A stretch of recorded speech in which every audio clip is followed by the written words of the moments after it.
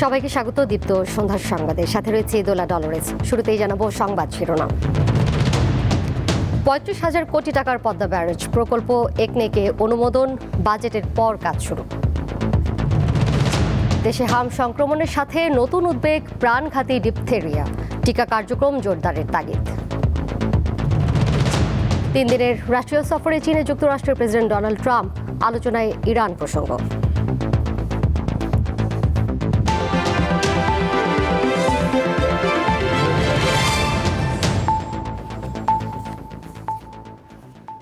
আলোচিত পদ্মা ব্যারেজ প্রকল্প অনুমোদন করেছে জাতীয় অর্থনৈতিক পরিষদের নির্বাহী কমিটি একনেক।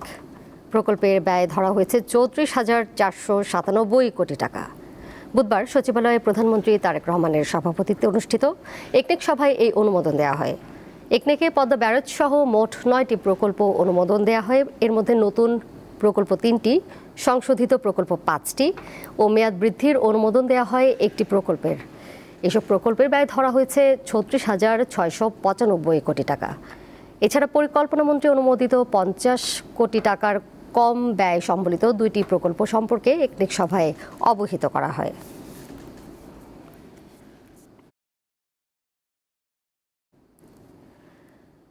দেশে হামের ব্যাপক সংক্রমণের মধ্যেই নতুন উদ্বেগ হিসেবে দেখা দিয়েছে আরেক প্রাণঘাতী রোগ ডিপথেরিয়া। কয়েক জেলায় ডিপথেরিয়া রোগী পাওয়া গেছে। বিশেষজ্ঞরা বলছেন, দেশে এই রোগ নিয়ন্ত্রণেই ছিল, কিন্তু টিকাদান কার্যক্রম কিছুটা ব্যাহত হয় এটি আবার দেখা দিয়েছে। নিয়মিত টিকাদান কার্যক্রম জোরদারের পাশাপাশি আগাম সতর্কতার পরামর্শ দিয়েছেন তারা। ডিপথেরিয়া মারাত্মক ব্যাকটেরিয়া জনিত রোগ। মূলত মানুষের হাঁচি কাশি থেকে বাতাসের মাধ্যমে এই রোগের জীবাণু একজনের শরীর থেকে আরেকজনের শরীরে যায়। এতে ক্ষতি হয় শ্বাসতন্ত্রের। নিয়মিত টিকাদানের ফলে দেশে এই রোগটি নিয়ন্ত্রণেই ছিল, কিন্তু ২০১৭ সালে রোহিঙ্গা ক্যাম্পে ডিপথেরিয়ায় প্রায় ৭,০০০ আক্রান্ত এবং কয়েকজনের মৃত্যুর খবর পাওয়া যায়। পরবর্তীতে টিকাদান কার্যক্রম এবং চিকিৎসা জোরদার হওয়ায় তা কমে আসে। গত বছর রোহিঙ্গা ক্যাম্পে 7 জন ডিপথেরিয়ায় আক্রান্ত রোগীর তথ্য পাওয়া যায়। দেশের বিভিন্ন জেলায়ও এই রোগী পাওয়া গেছে বলে জানালেন এই বিশেষজ্ঞ। আমাদের দেশে ডিপথেরিয়া প্রায় শূন্যই হয়ে গিয়েছিল। মিয়ানমারের যারা এসছে আমাদের উদ্বাস্ত হয়ে, রোহিঙ্গাদের আশ্রয়স্থলে ডিপথেরিয়ার প্রথম আউটব্রেকটা হয়। তারপরে বাংলাদেশে বিভিন্ন জায়গায় আমরা ডিপথেরিয়া পাই। আইডিসিআর এর বিজ্ঞানীরা এটা প্রেজেন্ট করছিলেন। দেখা গেল যে বাংলাদেশে বেশ কতগুলো জেলায় আমরা এরকম স্পট পেয়েছি। তিনি বলেন, নিয়মিত টিকাদান কর্মসূচি চালু রাখলে এবং বুস্টার ডোজ দিলে ডিপথেরিয়া হওয়ার আশঙ্কা কমে যাবে। হামের ভাইরাসের আনাগোনা কমে গেলে তখন ডিপথেরিয়ার ভাইরাস বিচরণ ক্ষেত্রটা বেশি হবে। ডিপথেরিয়ার ও বুস্টার ডোজ দেওয়া দরকার এবং খুবই দ্রুত ডিপথেরিয়ার টিকা সংগ্রহ করে তাদের বিতরণ করবার জন্য একটা বিস্তারিত পরিকল্পনা করে এখনই 6 থেকে 8 বছরের বাচ্চাদেরকে আমাদের ডিপথেরিয়া বুস্টার ডোজ দেওয়া উচিত। School going. শ্বাসতন্ত্রের বিভিন্ন রোগ থেকে বাঁচতে মাস্ক পরার পরামর্শ দিয়েছেন তিনি। লাবণী গুহ, দীপ্ত সংবাদ, ঢাকা। দেশে বর্তমানে ৯৮% শিশুকে হামের টিকার আওতায় আনা হয়েছে বলে জানিয়েছেন স্বাস্থ্যমন্ত্রী সরদার মোহাম্মদ সাখাওয়াত হোসেন। তিনি বলেছেন, বাকি 2% শিশুকেও টিকাদানের আওতায় আনতে কাজ করছে সরকার। সকালে সচিবালয়ে তিনি এসব কথা বলেন। এ সময় চীনের দূতাবাস ও চীনা প্রতিষ্ঠান সিনোভ্যাক ফাউন্ডেশনের পক্ষ থেকে 3,80,000 ডোজ পোলিও টিকা প্রদান করা হয়। স্বাস্থ্যমন্ত্রী বলেন, বিগত সময় কেন কিছু শিশু হামের টিকার বাইরে ছিল তা তদন্ত করে দেখা হবে। তবে এ বিষয়ে এখনও আনুষ্ঠানিক সিদ্ধান্ত হয়নি। দেশে বর্তমানে ভিটামিন এ ক্যাপসুলের সাময়িক ঘাটতি থাকলেও আগামী জুনের মধ্যে তা পূরণ হবে বলেও জানান তিনি। এরপর জুন মাস থেকে 2 ধাপে শিশুদের ভিটামিন এ ক্যাপসুল খাওয়ানো শুরু হবে।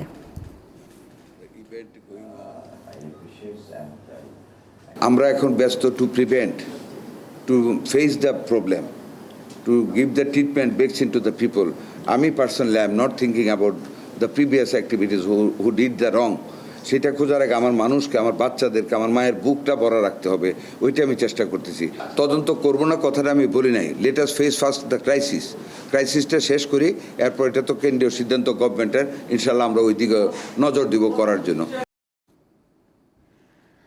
আসন্ন ঈদুল আজহা উপলক্ষে কোরবানির পশুর চামড়ার দাম নির্ধারণ করেছে সরকার। পশুর চামড়ার দাম নির্ধারণ নিয়ে বৈঠক শেষে বুধবার ব্রিফিংয়ে এ তথ্য জানান বাণিজ্যমন্ত্রী খন্দকার আব্দুল মুকতাদির। তিনি জানান, রাজধানী ঢাকায় গরুর প্রতি বর্গফুট লবণযুক্ত চামড়ার দাম নির্ধারণ করা হয়েছে ৬২ থেকে ৬৭ টাকা, আর ঢাকার বাইরে গরুর প্রতি বর্গফুট লবণযুক্ত চামড়ার দাম ৫৭ থেকে ৬২ টাকা।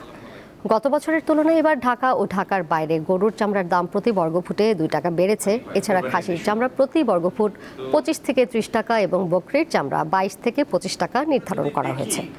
বাণিজ্যমন্ত্রী জানান, কোরবানির পশুর চামড়া যেন নষ্ট না হয় সেজন্য প্রশাসনের মাধ্যমে মাঠ পর্যায়ে সরকারি ব্যবস্থাপনায় লবণ পৌঁছে দেওয়া হবে।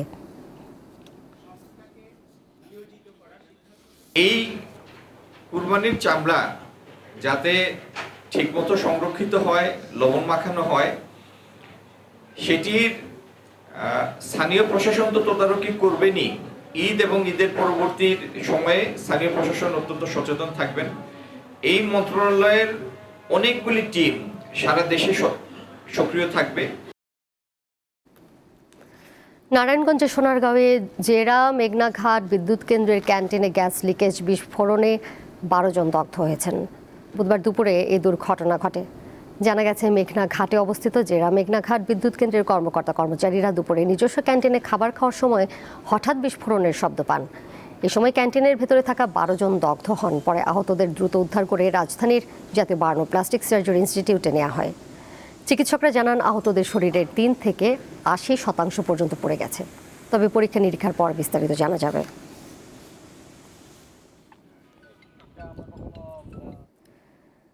দেশে হামে আক্রান্ত হয়ে ক্ষতিগ্রস্ত পরিবারগুলোকে সহযোগিতা করার জন্য জরুরি টাস্কফোর্স গঠনের আহ্বান জানিয়েছেন আমার বাংলাদেশ পার্টির সাধারণ সম্পাদক আসাদুজ্জামান ফুয়াদ।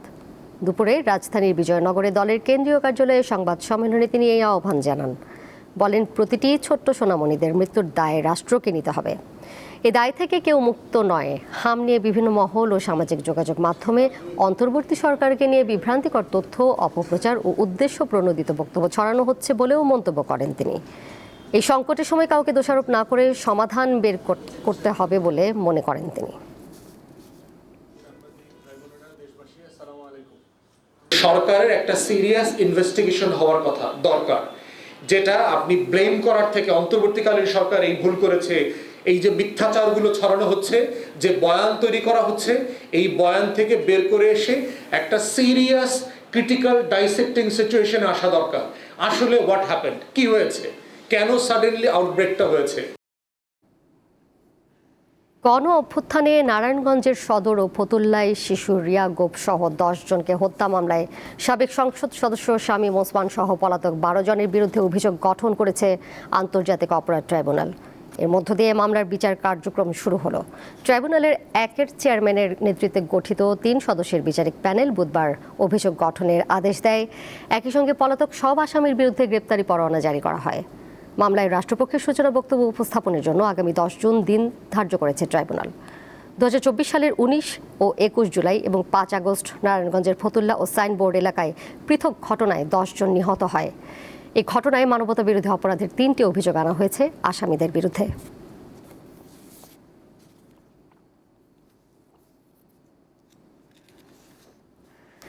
গাইবান্ধার গোবিন্দগঞ্জ উপজেলায় জমি নিয়ে পূর্ব শত্রুতার জেরে সংঘর্ষে একজনের মৃত্যু হয়েছে। একমাত্র উপার্জনক্ষম ব্যক্তিকে হারিয়ে অসহায় হয়ে পড়েছে স্বজন হারানো পরিবারটি। নিহত ব্যক্তির নাম আনিসুর রহমান মণ্ডল। গতকাল মঙ্গলবার উপজেলার নাকাইহাট বন্দরে স্থানীয় সার্ভেয়ার জমি মাপার পর সীমানা নির্ধারণ নিয়ে আব্দুল মালেক, মজিদ ও শাহ আলমের কথা কাটাকাটি হয়। এক পর্যায়ে 25 থেকে 20 জন মিলে দেশীয় অস্ত্র নিয়ে আনিসুর রহমানের পরিবারের ওপর অতর্কিত হামলা করে। এ সময় গুরুতর আহত হয়ে চিকিৎসাধীন অবস্থায় বুধবার ভোরে রংপুর মেডিকেল কলেজ হাসপাতালে মারা যান আনিসুর। এই হামলায় নিহত আনিসুর রহমানের স্ত্রী, বড় ভাই ও ভাবি সহ অন্তত 7 জন আহত হন। ইরানের বিরুদ্ধে চলমান উত্তেজনার মধ্যেই 3 দিনের রাষ্ট্রীয় সফরে চীন পৌঁছেছেন যুক্তরাষ্ট্রের প্রেসিডেন্ট ডোনাল্ড ট্রাম্প। এর আগে স্থানীয় সময় মঙ্গলবার বেইজিংয়ের উদ্দেশ্যে রওনা দেন তিনি। 13 মে থেকে আগামী 15 মে পর্যন্ত চীনে অবস্থান করবেন। এ সময় দেশটির প্রেসিডেন্ট শি জিনপিংয়ের সঙ্গে বৈঠক করবেন ট্রাম্প। গত অক্টোবরের বাণিজ্য যুদ্ধ স্থগিতের পর এটি হবে 2 নেতার প্রথম বৈঠক। পাশাপাশি ইউনেস্কোর ঐতিহ্যবাহী স্থান ঘুরে দেখবেন এবং রাষ্ট্রীয় ভোজ সভায় অংশ নেবেন তারা। বিশেষজ্ঞদের মতে এই সফরের সম্ভাব্য অর্থনৈতিক অর্জন সীমিত। কয়েকটি বাণিজ্য চুক্তি এবং ভবিষ্যৎ বাণিজ্য ব্যবস্থাপনার কিছু কাঠামো নিয়ে আলোচনা হতে পারে।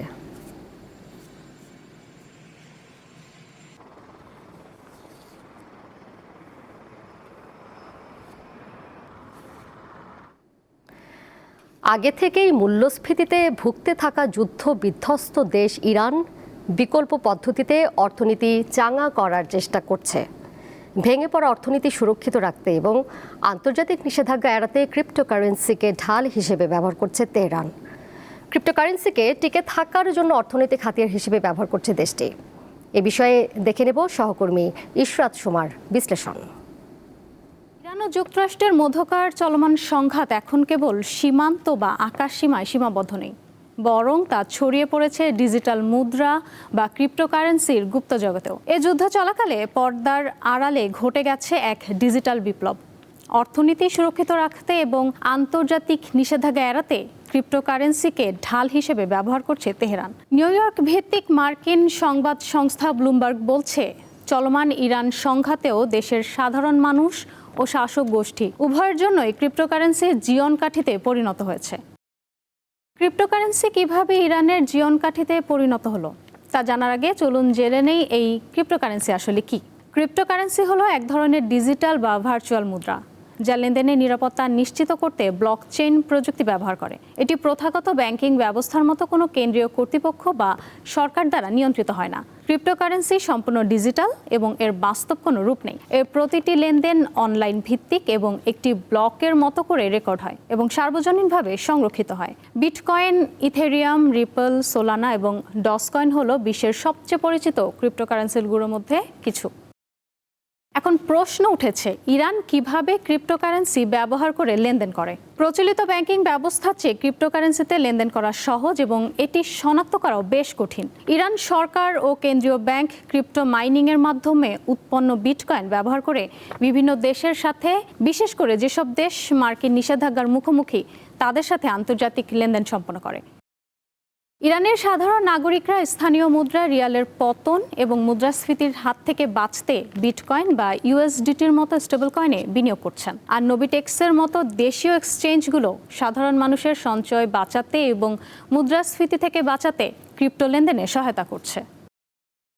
ইরানের ক্রিপ্টোকারেন্সির সবচেয়ে বড় মাধ্যম হলো দেশটির ইসলামী বিপ্লবী রক্ষী বাহিনী IRGC। এই বাহিনী হরমুজ প্রণালীতে ট্রানজিটের জন্য অর্থ প্রদানের মাধ্যম হিসেবে ক্রিপ্টোকারেন্সি গ্রহণ করে।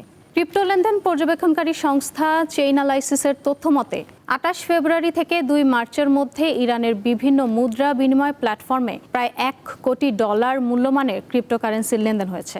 আর এই খাতের বড় অংশই নিয়ন্ত্রণ করছে IRGC। ইরান আরও এক পদ্ধতিতে এই মাধ্যমে লেনদেন করে থাকে। ক্রিপ্টোকারেন্সি জমা করে সেগুলোকে চীনা মুদ্রা রেনমিনবিতে রূপান্তর করে তেহরান। এরপর সেই অর্থ দিয়ে রুশ পণ্য কেনা হয় অথবা এশিয়ার বাজারগুলোতে বাণিজ্য পরিচালনা করা হয়। এভাবেই ইরান একটি বিকল্প আর্থিক ব্যবস্থার সঙ্গে নিজেকে জড়িয়ে নিচ্ছে। তেহরানের এই বিকল্প অর্থনৈতিক পথ বন্ধ করতে সম্প্রতি কঠোর পদক্ষেপ নিয়েছে ট্রাম্প প্রশাসন। ইরানের সঙ্গে সংশ্লিষ্ট প্রায় $50 কোটি সমপরিমাণ ক্রিপ্টো সম্পদ জব্দ করেছে যুক্তরাষ্ট্র।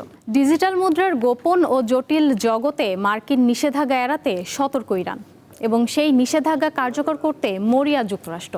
দুই দেশের মধ্যে ক্রিপ্টোকারেন্সি নিয়ে এক ধরনের গুপ্ত ইঁদুর বিড়াল খেলা চলছে।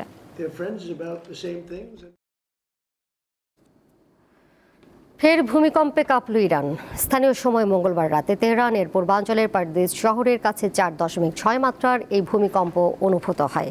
দেশটির ভূকম্পন পর্যবেক্ষণ কেন্দ্রের প্রাথমিক তথ্যে বলা হয় এর গভীরতা ছিল 10 কিলোমিটার এবং উৎপত্তি স্থল ছিল তেহরান ও মাজানদারান প্রদেশের সীমান্তবর্তী এলাকা। তবে এখন পর্যন্ত হতাহত বা বড় ধরনের ক্ষয়ক্ষতির কোনো খবর পাওয়া যায়নি।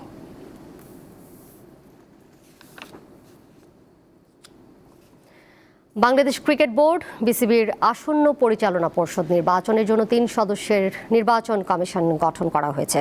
বুধবার সংবাদ বিজ্ঞপ্তিতে বিষয়টি নিশ্চিত করে বিসিবি জানায়, প্রধান নির্বাচন কমিশনার হিসেবে দায়িত্ব পেয়েছেন সুপ্রিম কোর্টের সিনিয়র অ্যাডভোকেট আহসানুল করিম। বাকি 2 সদস্য হলেন Gazipur metropolitan police commissioner Israel Howlader এবং জাতীয় ক্রীড়া পরিষদের উপসচিব এবং পরিকল্পনা ও উন্নয়ন বিভাগের পরিচালক ABM এহসানুল মামুন। বিসিবির পক্ষ থেকে বলা হয়েছে, গঠিত কমিশন প্রযোজ্য নিয়ম ও বিধিমালা অনুসরণ করে 2026 সালের পরিচালনা পর্ষদ নির্বাচনে সব প্রয়োজনীয় কার্যক্রম তদারকিও সম্পন্ন করবে। এর আগে বিসিবির অ্যাডহক কমিটির সভাপতি তামিম ইকবাল জানিয়েছিলেন, তাদের হাতে 90 দিন সময় থাকলেও 60 দিনের মধ্যেই নির্বাচন আয়োজনের পরিকল্পনা রয়েছে। সেই লক্ষ্যেই এগোচ্ছে বর্তমান বোর্ড। শেষ করব দীপ্ত সংবাদ, যাবার আগে শিরোনামগুলো জানিয়ে দেব আরও একবার।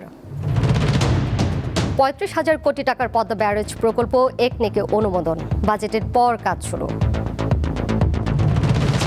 দেশে হাম সংক্রমণের সাথে নতুন উদ্বেগ, প্রাণঘাতী ডিপথেরিয়া, টিকা কার্যক্রম জোরদারের তাগিদ।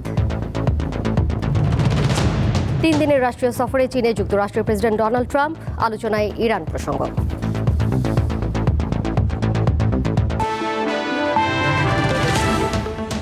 আর এই ছিল এখনকার মতো। পরের সংবাদ দেখবেন রাত 11টায়। এছাড়াও আরও তথ্য এবং বিনোদনের নানা খবরাখবর জানতে যুক্ত থাকুন দীপ্ত ডিজিটাল প্ল্যাটফর্মে। সবাইকে ধন্যবাদ।